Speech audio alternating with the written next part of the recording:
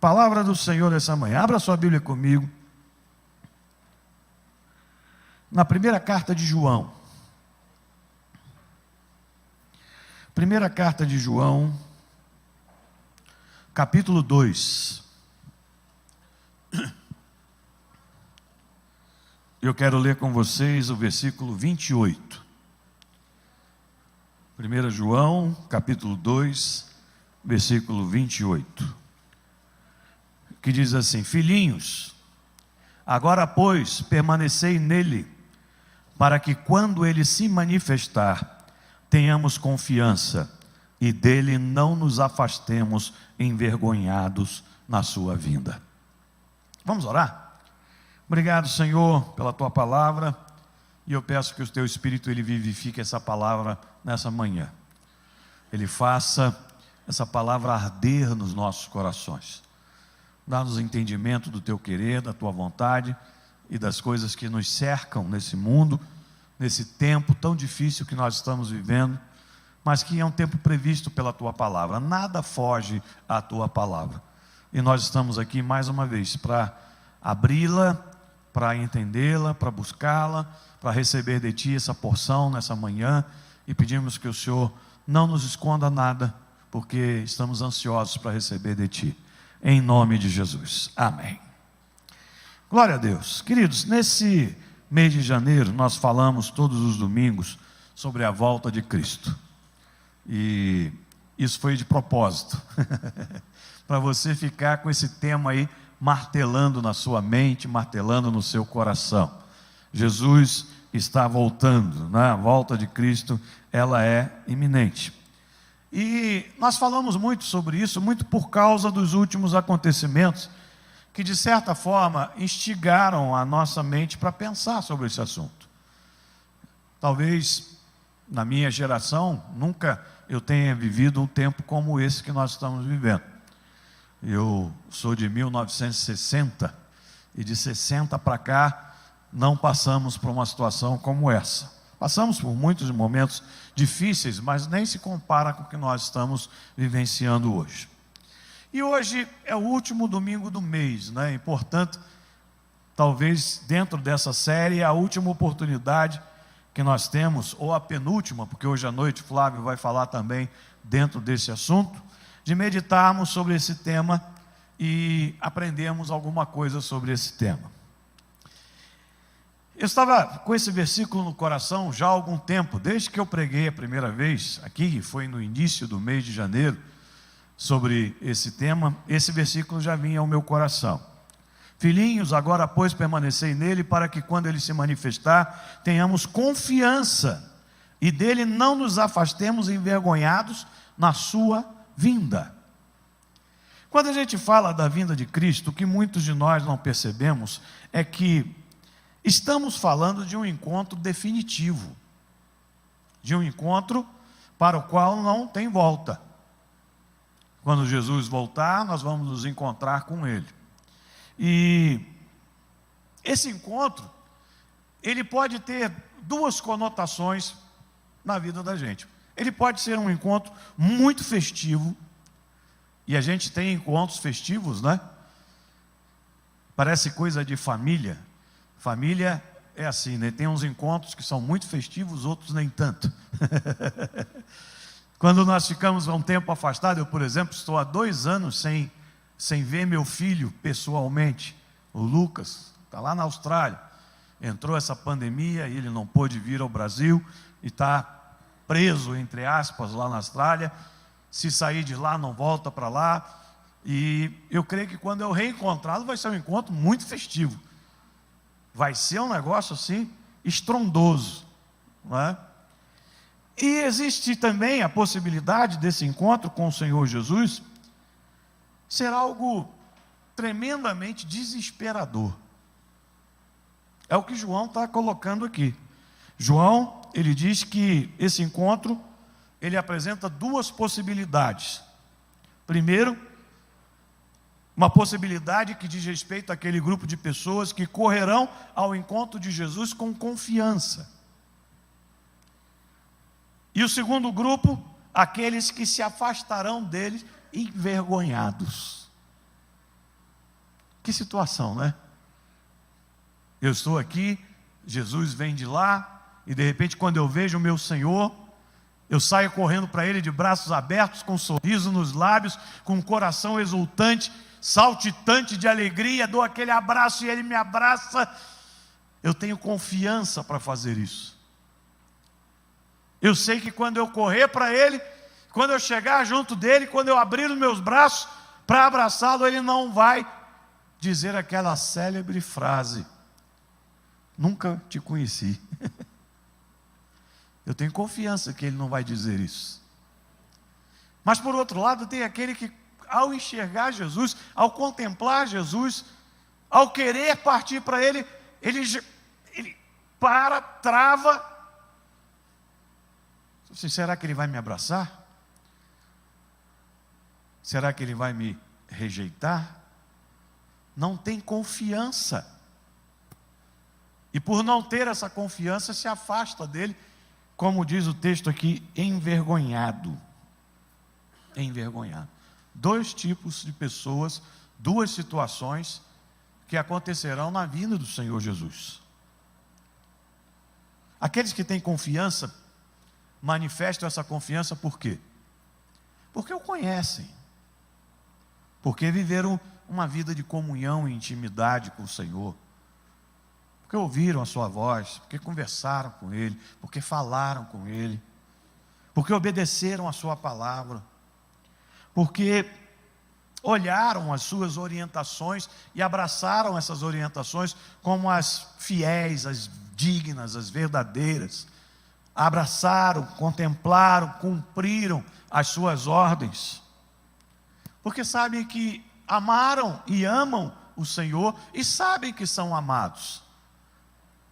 Durante a caminhada, ofereceram gestos de amor e receberam gestos de amor. É muito bom isso. Por outro lado, tem os que terão vergonha. Vergonha por quê? Porque de algum modo ficaram devendo alguma coisa, né? Tem um ditado popular que diz assim: pobre só anda por cima quando está devendo na rua de baixo. Né? Então, se está devendo alguma coisa, você procura não encontrar. Quando você está devendo alguma coisa para alguém, você procura não encontrar. Quando você falhou com alguém, você procura não encontrar. Quando houve algum ruído, alguma coisa na caminhada, você procura não encontrar. Aliás, a gente está vivendo tempos assim, né?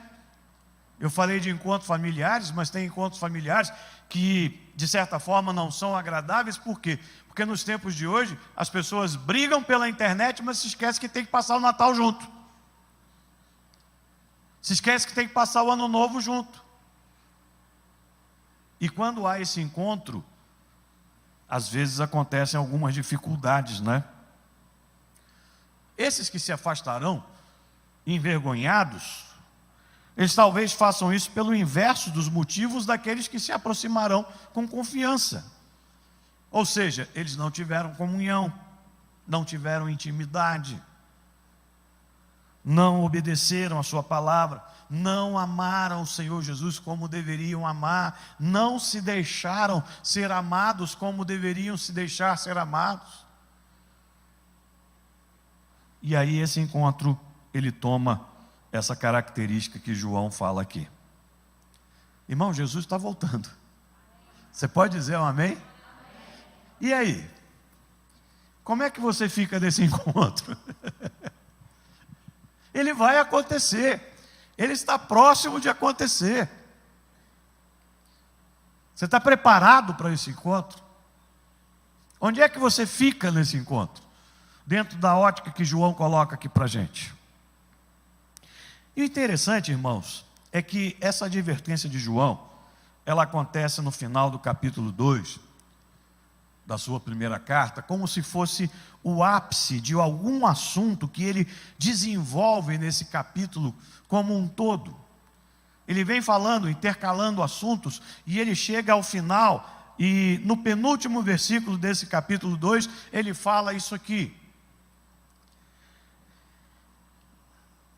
Esses assuntos que João coloca, ele de certa forma, eles são indicativos, né? Para nós figurarmos em um ou em outro grupo. Eu não sei se você notou isso. João, desde o início do capítulo 2, ele coloca advertências diretas sobre assuntos para os quais nós devemos dar a máxima atenção, visando corrermos para Cristo confiadamente nesse encontro que está na iminência de acontecer, esse encontro glorioso. Veja que ele começa o capítulo 2 dizendo assim: filhinhos meus, estas coisas vos escrevo para que não pequeis. Ele já começa assim: eu escrevo essas coisas para que vocês não pequem. E ele começa a pontuar essas coisas até chegar no ápice lá do encontro com o Senhor na volta de Cristo. Ele fala sobre 6 assuntos, irmãos, extremamente importantes. Nada de novo, nada de novidade, mas assuntos que devem ser lembrados. Eu fico pensando, Moisés teve ainda teve a indulgência de Deus de deixá-lo contemplar a terra prometida, mas ele não entra. E eu transponho essa figura para nós, para os dias de hoje, olhando para esse encontro com Jesus. Você anda uma vida toda nesse deserto que nós estamos aqui, né, vivendo, nesse mundo que nós estamos vivendo, caminhando para a terra prometida, e na hora de entrar, você se afasta envergonhado. E olha que esses assuntos aqui que João coloca, são assuntos que nós devemos olhar pensando nesse encontro, pensando na volta do Senhor Jesus. No capítulo 2, do versículo 1 até o versículo 6, João está falando sobre guardar os mandamentos do Senhor. Ele diz assim: se todavia alguém pecar, temos advogado junto ao Pai, Jesus Cristo, o justo. E Ele é a propiciação pelos nossos pecados, e não somente pelos nossos próprios, mas ainda pelos do mundo inteiro. Ora, sabemos que o temos conhecido. Por isso, se guardamos os seus mandamentos. Nós sabemos que conhecemos o Senhor se guardamos os seus mandamentos. Nós sabemos que somos conhecidos pelo Senhor se guardamos os seus mandamentos.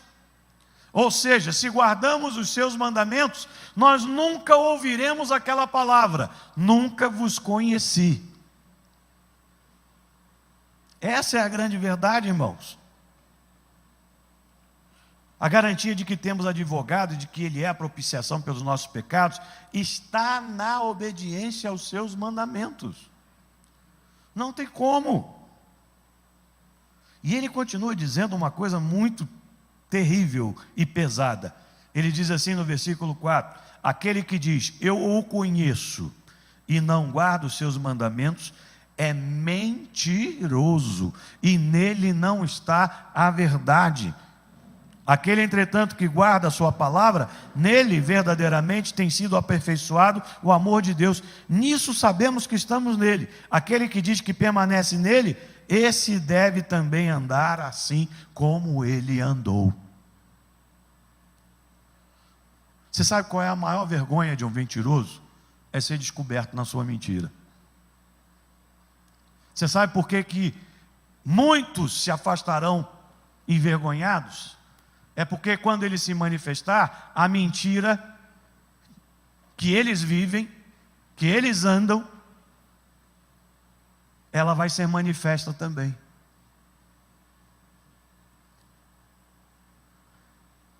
Vai olhar para Jesus.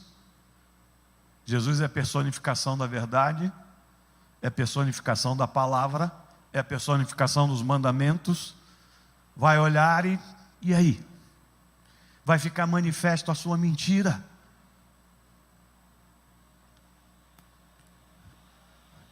Jesus está voltando, irmãos. E que a gente não pensa que quando Jesus se manifestar, toda mentira vai cair por terra. Toda mentira vai ser manifesta.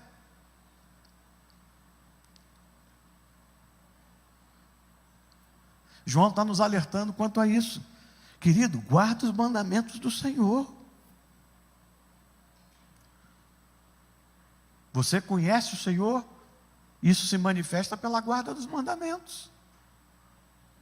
Nós estamos vivendo um tempo de relativização dos mandamentos de Deus, relativização da palavra de Deus. Tem gente dizendo por aí que a palavra de Deus precisa ser atualizada. Precisa se conformar ao mundo atual. Precisa se conformar às práticas atuais, que não são tão atuais assim.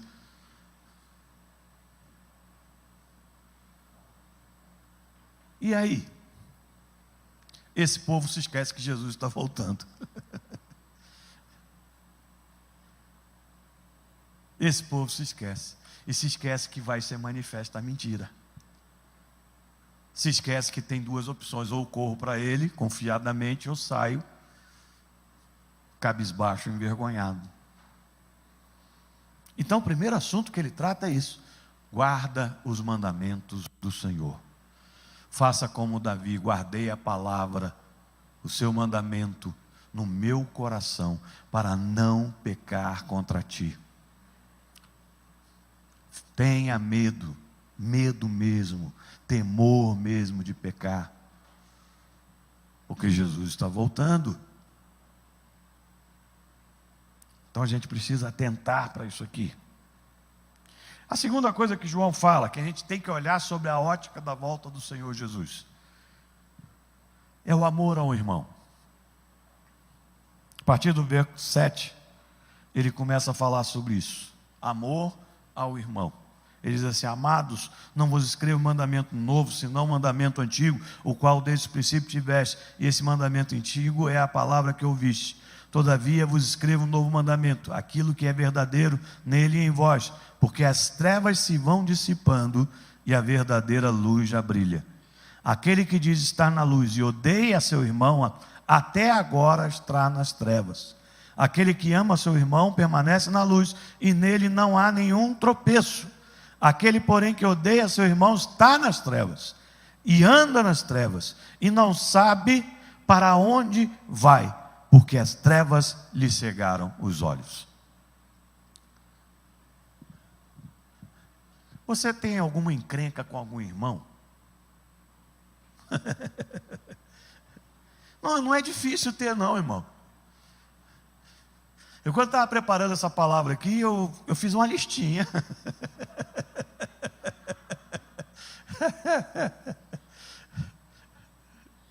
Não é? De vez em quando a gente tropeça um no outro. Às vezes o tropeço é leve, às vezes o tropeço é grande. Gera um tombo. Você rala o rosto, rala o joelho, causa dor. Quem nunca passou por isso? Todos nós passamos. Todos nós passamos.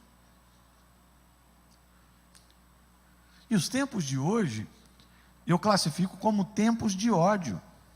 Pessoas se odeiam pelos mais banais motivos, inclusive na igreja. Motivos banais. Coisas assim que você olha e, meu Deus do céu. João aqui, ele usa uma expressão bastante interessante que tem tudo a ver com a vinda de Cristo. Ele diz assim: as trevas vão se dissipando e a verdadeira luz já brilha. E o arremate dele é duro, irmãos. Ele diz assim: aquele que diz estar na luz e odeia seu irmão, aí ele coloca entre vírgulas.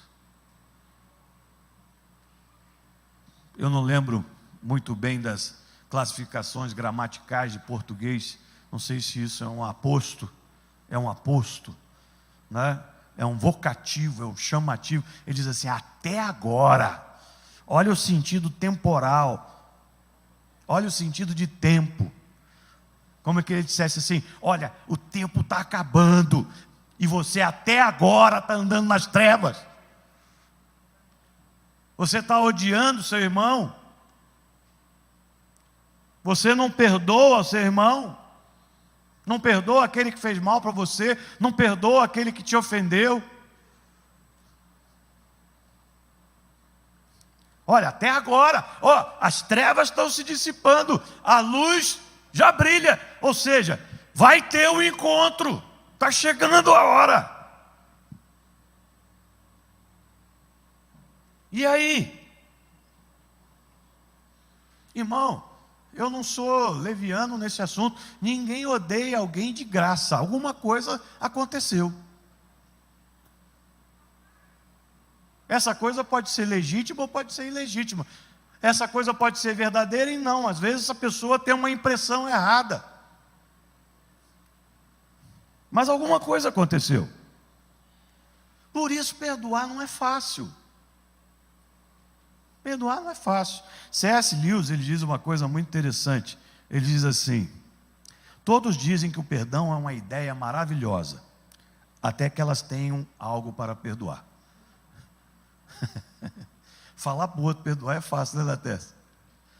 Você precisa perdoar. Mas quando é você que tem que perdoar, é difícil. É difícil. Não é fácil. Não é fácil. Agora, você já pensou no perdão sob a ótica da vinda de Cristo? A gente está aqui falando, desde o início do mês, Jesus está voltando, Jesus está voltando. Você diz amém, amém. Jesus está voltando, amém. Pode acontecer a qualquer momento, amém. Glória a Deus, aleluia, né? E você aí com a conta pendente com seu irmão.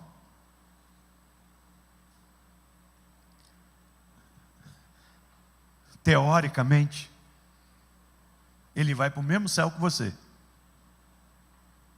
E você vai lá para o céu com essa conta pendente. Você acha que você vai entrar? Você acha que ele vai entrar? Jesus está voltando, irmão. Você vai se encontrar com Jesus. Seja morrendo, seja arrebatado, seja voltando definitivamente, você vai se encontrar com Jesus. E aí? E a conta pendente? Olha o que João diz.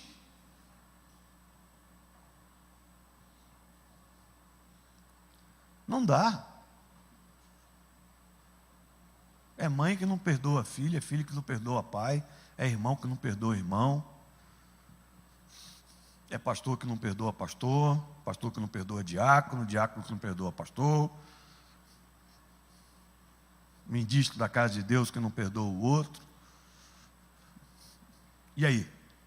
E Jesus chega. Jesus vai lá e bate a porta, toca a trombeta.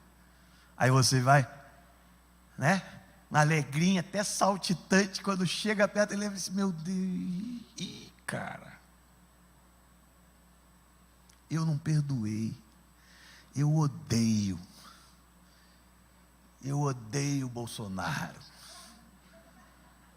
eu odeio Lula, eu odeio flamenguista, eu odeio vascaíno. Aí, quando vai chegando, aí lembra.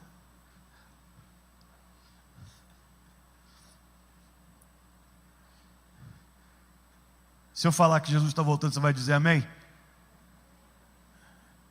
Vamos fazer um teste aqui. Jesus está voltando. Então, perdoa seu irmão, cara. Já passou da hora. Já passou da hora. Se não, meu irmão, você vai se afastar envergonhado. E como eu disse no início, é um encontro definitivo. Vai definir pela eternidade.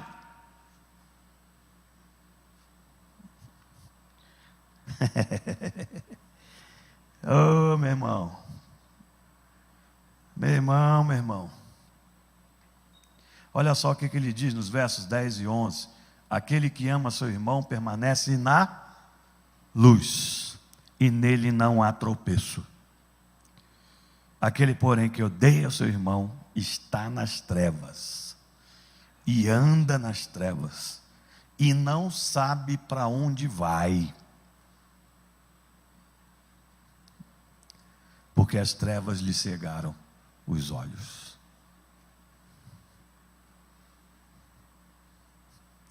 Ninguém disse amém. Um silêncio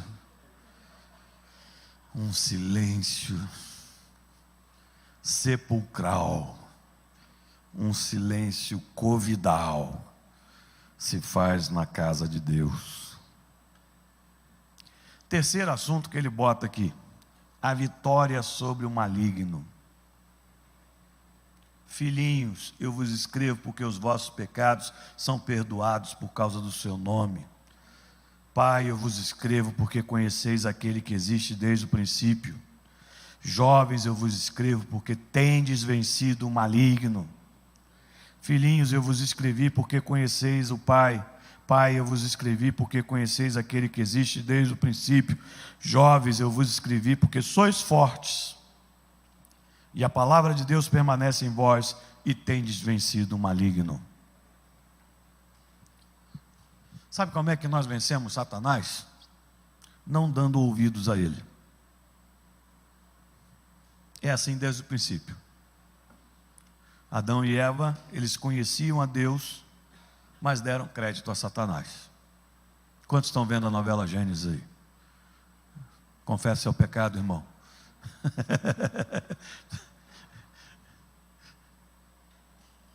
Eu não estou assistindo, já sei tudo que vai acontecer.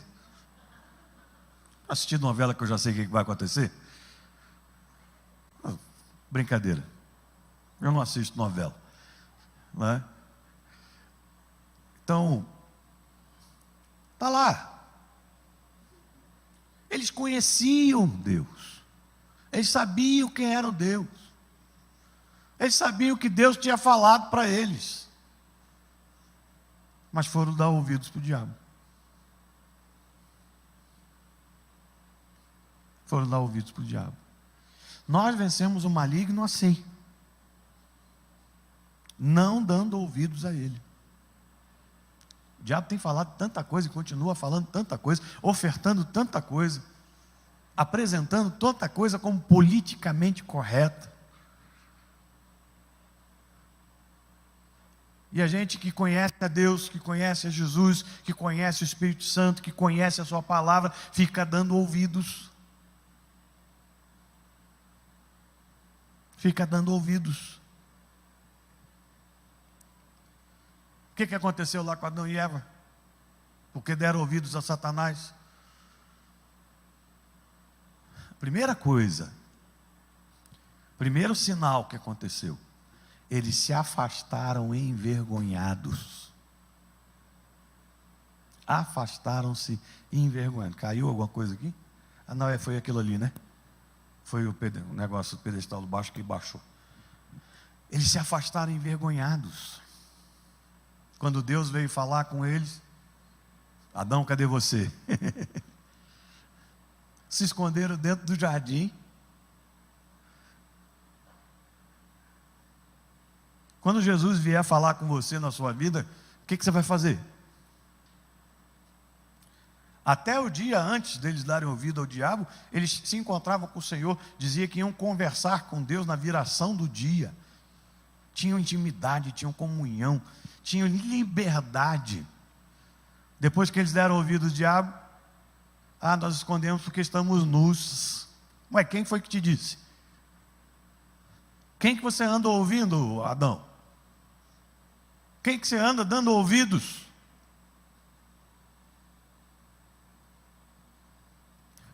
Isso é atual, irmãos. Isso está aqui até hoje. Você prefere dar ouvidos a Deus ou dar ouvido ao diabo? Você prefere emprestar o seu ouvido para Deus ou emprestar o seu ouvido para o diabo?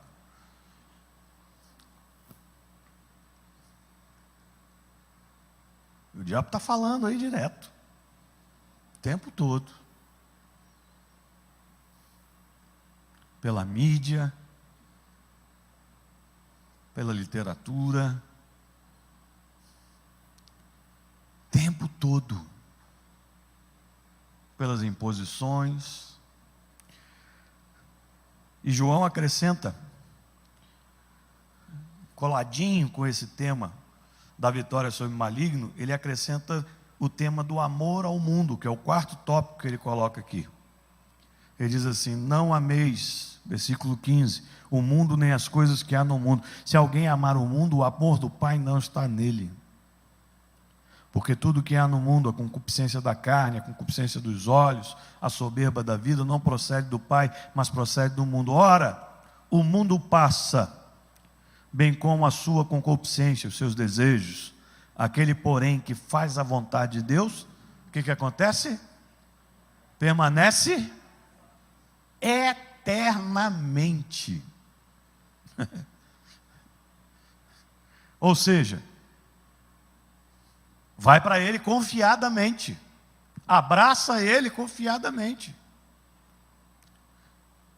Amar o mundo é amar aquilo que é passageiro, irmão, em detrimento do eterno. Todos os desejos desse mundo passam, todos eles passam, porque o mundo vai passar. Para o crente, o mundo é simplesmente uma fase. Já viu aquele joguinho de videogame que ele tem que passar de fase? Ele está passando por essa fase. Essa fase tem seus apelos, tem as suas armadilhas, tem os seus desejos.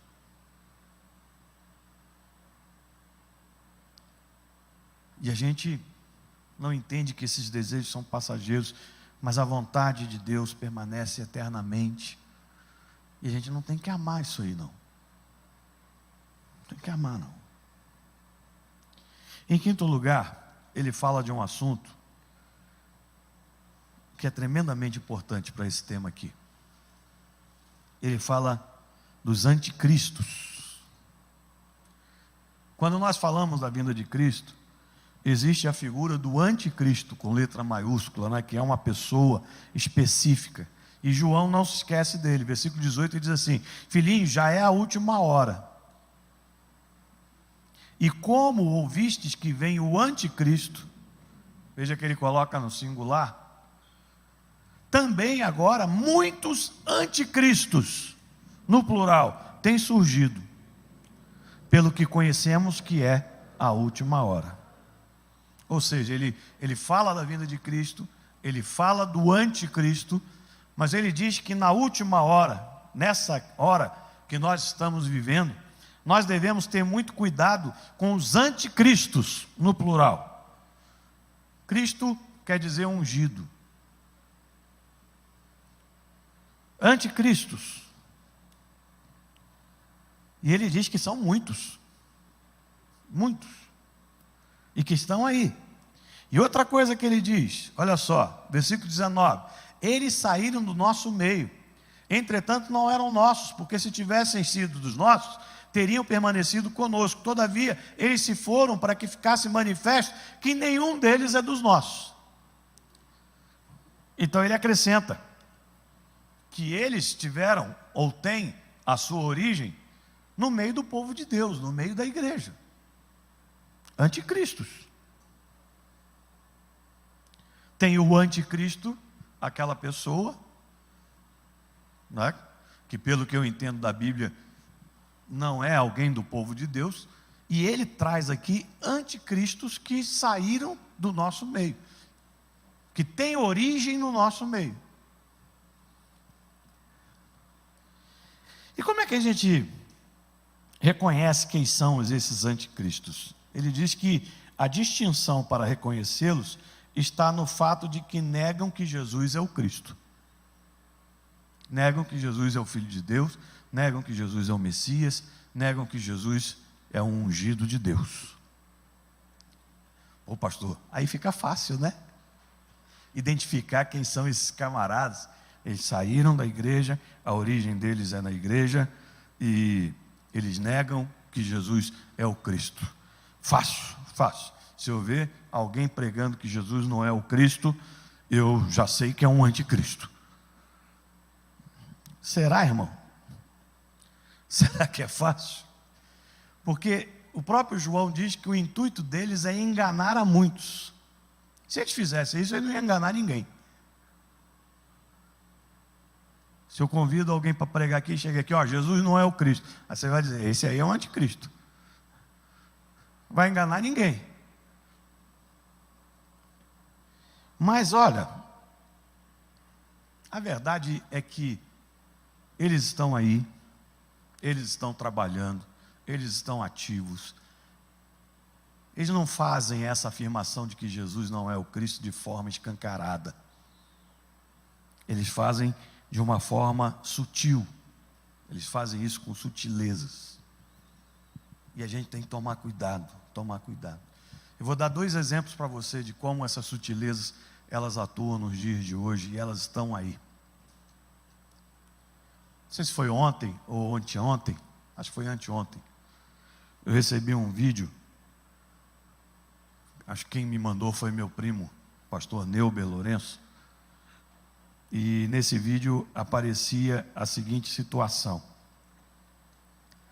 Uma determinada denominação, dessas denominações que dão um valor tremendo a Israel, tudo é judaísmo, símbolos judaicos e tal. A gente tem que dar valor a Israel, mas a gente tem que tomar cuidado com certas coisas. Uma denominação que construiu um templo judaico enorme.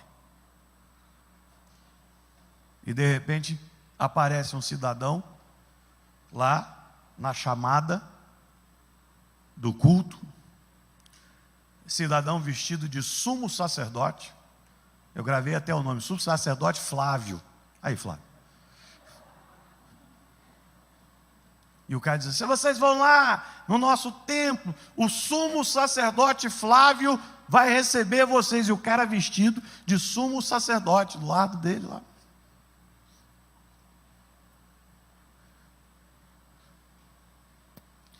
Aí você olha isso e diz assim: ah, isso não tem nada demais. Tem, irmão. Tem.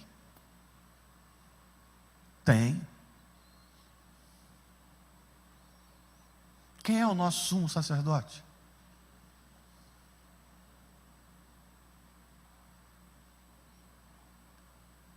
Quem é aquele que entrou no Santo dos Santos e rasgou o véu de cima a baixo?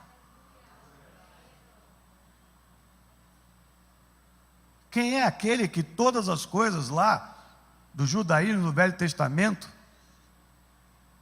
as instituições religiosas, os atos religiosos, eram um símbolo daquele que viria? Quem é aquele que apresentou o sacrifício perfeito, eficaz e eterno?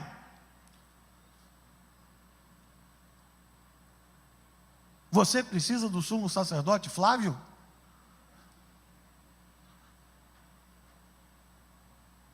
O que esse sumo sacerdote Flávio está fazendo nessa situação? Coitado do cara, talvez ele nem tenha entendimento disso, ou talvez tenha.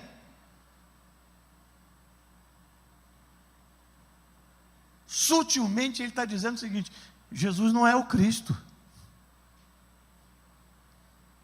Você percebeu a sutileza da coisa? O sacrifício de Jesus não foi eficaz. O sacrifício de Jesus não foi eterno. O sacrifício de Jesus não foi para sempre. Jesus não extinguiu. Qual o sentido desses ritos judaicos do tempo que nós vivemos hoje? Depois que Jesus fez o que fez na cruz do Calvário, depois que Jesus ressuscitou, qual o sentido disso?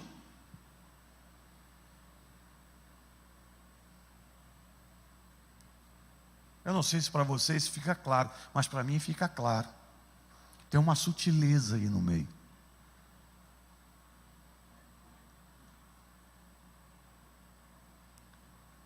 Jesus não é o Cristo. Jesus não é suficiente.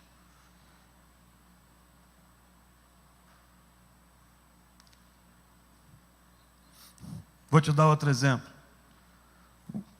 Nós estamos vivendo um tempo de pregação de uma graça deturpada. Uma graça onde vale tudo. Uma graça que supera até o filósofo Tim Maia.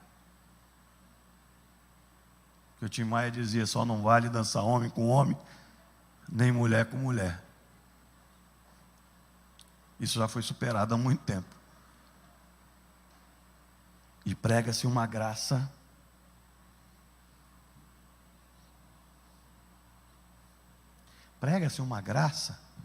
que chega a dizer que nós não somos mais pecadores. Nós deixamos de ser pecadores por causa da graça.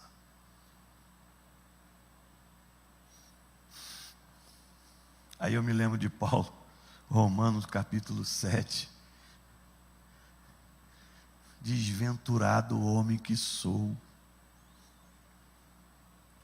porque na minha mente a graça, a lei da graça, a lei do Espírito, ela impera, mas nos membros do meu corpo existe uma lei. Quem me livrará disso? Graças a Deus por Jesus Cristo. Irmão, se eu não sou mais pecador, eu não preciso de Jesus.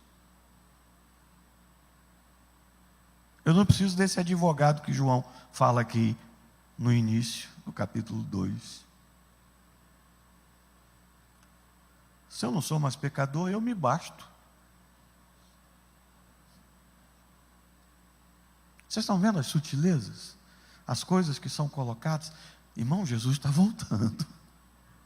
Você não pode se deixar engabelar por esse tipo de coisa, por esse tipo de cantilena. Você não pode ser enganado pelos anticristos. Isso é sério. Isso é sério. João.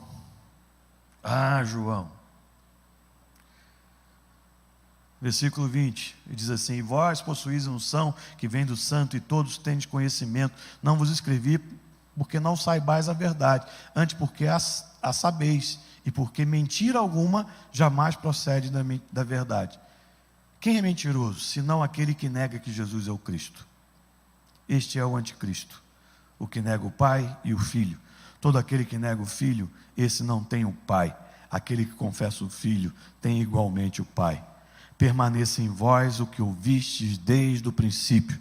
Se em vós permanecer o que desde o princípio ouvistes, também permanecereis vós no Filho e no Pai. E esta é a promessa que Ele mesmo nos faz: a vida eterna. Isto que vos acabo de escrever é acerca dos que vos procuram enganar. Vos procuram enganar. Por último, irmãos, João diz assim: é muito importante você manter a unção do Espírito Santo. Muito importante. Quanto a vós outros, versículo 27, a unção que dele recebeste permanece em vós, e não tendes necessidade de que alguém vos ensine, mas como a sua unção vos ensina a respeito de todas as coisas, e é verdadeira e não é falsa, permanecei nele, como também ele vos ensinou. Não apague o Espírito Santo, Jesus está voltando. Não apague o Espírito Santo. No primeiro domingo do mês, quando eu preguei aqui, eu falei sobre a importância do Espírito Santo na vinda do Senhor Jesus, no arrebatamento. Lembrei que Paulo disse que tem alguém que retém ainda o anticristo, o governo do anticristo. E quando esse for retirado, aí sim as coisas vão acontecer de uma forma tremenda. E eu lembro que eu disse uma coisa, eu disse o seguinte: em todo aquele que o Espírito Santo toca, que o Espírito Santo encosta, fica a marca do Espírito Santo. Fica o selo do Espírito Santo. É dele. E eu falei o seguinte: quando o Espírito subir, ele não vai deixar nada aqui que é dele. Se você tem essa marca, você sobe junto com ele, porque você é dele. Mas Paulo diz uma coisa.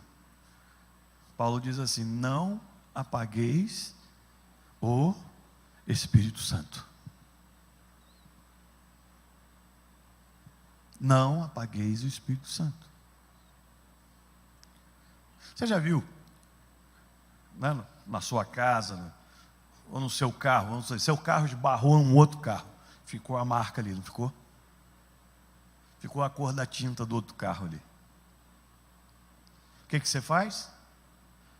Você vai lá, procura uma oficina, ou pega na sua casa uma cera de carnaúba, passa num pano e vai lá, ó. Pronto. Apaguei. Com o Espírito Santo é a mesma coisa, só que não é cera de carnaúba que faz isso, né? O Espírito Santo tocou em você, ele deixou uma marca em você, mas tem gente que fica querendo tirar, querendo apagar. Aquilo incomoda. O Espírito Santo incomoda.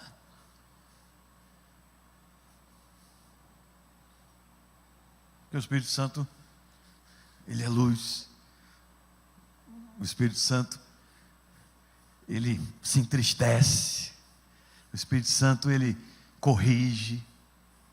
O Espírito Santo, ele fala. E a pessoa quer silenciar aquilo, quer tirar.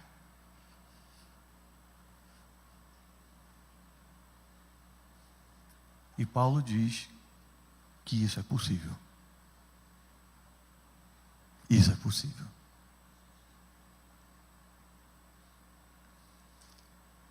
Ah, Senhor, no teu nome nós fizemos isso, nós fizemos aquilo, fizemos. Vocês fizeram foi apagar o Espírito Santo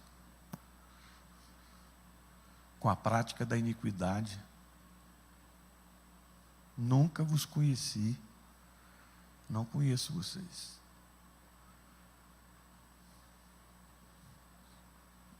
E aí João chega no versículo 28. Filhinhos, agora, pois, permanecei nele, para que quando ele se manifestar, tenhamos confiança e dele não nos afastemos envergonhados na sua vinda. Vocês lembram dos 5 assuntos? Sem olhar para a Bíblia. Vamos lá. Primeiro, já estão olhando. Eu falei sem olhar para a Bíblia, o pessoal já baixou a cabeça para olhar. Então, já que vocês olharam para a Bíblia, eu vou olhar aqui também. Primeiro, guardar os mandamentos. Amém? Segundo, amar o irmão. Terceiro, vença o maligno. Não dê ouvido para ele. Vença o mundo, não ame o mundo. Quarto, cuidado com os anticristos. Quinto, não apague o Espírito Santo. Aí quando Jesus chegar, meu irmão, vai ser só festa. Oh, glória! Eu vou correr para ele, mas vou dar tanto beijo no pescoço de Jesus. Tanto, como diz o nordestino, tanto cheiro. Vai ser bom demais. Vai ser bom demais. E eu quero que você venha junto comigo. Que nós estejamos juntos nesse momento glorioso de encontro, que está pertinho, pertinho de acontecer. Mas, irmãos, cuidado com isso aqui. Cuidado com isso aqui. Deus separou você hoje para estar aqui nessa casa para ouvir isso aqui. Se você está sendo engambelado por algumas coisas dessas aqui, ó, reveja, porque Jesus está voltando. Amém? Vamos ficar em pé, vamos orar, vamos agradecer ao Senhor pela sua palavra nessa manhã. Glória a Deus. Quantos foram abençoados com essa palavra nessa manhã? Digam glória a Deus aí.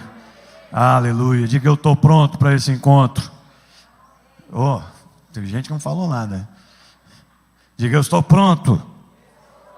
Eu vou correr para Jesus, sem qualquer tipo de vergonha, com toda a confiança, e abraçá-lo com todas as minhas forças. Amém? Pai querido, obrigado. Obrigado pela tua palavra ministrada aos nossos corações. Obrigado por tudo quanto o Senhor tem nos ensinado nesses dias. Eu peço que essa palavra, como eu falei no início, ela seja viva pelo Espírito Santo nos nossos corações. Que ela possa confrontar pessoas aqui nessa manhã, tanto aqui como em casa, como onde estiverem nos assistindo, tanto aqueles que verão esse vídeo depois pela internet, pelo YouTube. Essa palavra possa nos confrontar e nós possamos nos aprontar verdadeiramente para, com toda a confiança, correr para os braços de Jesus. Nós não sabemos quando isso vai acontecer, mas estamos prontos. Se for acontecer hoje, estamos prontos em nome de Jesus. Perdoa-nos se chegamos aqui falhando em alguma coisa desses quesitos que João coloca. Nós queremos clamar pelo perdão que vem do alto e te louvar, porque o Senhor deu tempo para que nós pudéssemos ouvir e corrigir a nossa postura, a nossa caminhada, e nós pudéssemos verdadeiramente estar inteiros na tua presença para esse momento. Eu quero abençoar meu irmão e a minha irmã e te louvar por essa manhã gloriosa na tua casa. Nós te agradecemos em nome de Jesus. Amém? Amém? Glória a Deus. Dá um soquinho aí no seu irmão, diga para ele assim: vai em paz, em nome de Jesus. Soquinho com amor, não é com ódio não, tá? Lembra que não pode odiar o irmão, é soquinho com amor. Deus abençoe, irmãos. Até a noite. Estaremos aqui às 19 horas, louvando e bendizendo o nome do Senhor.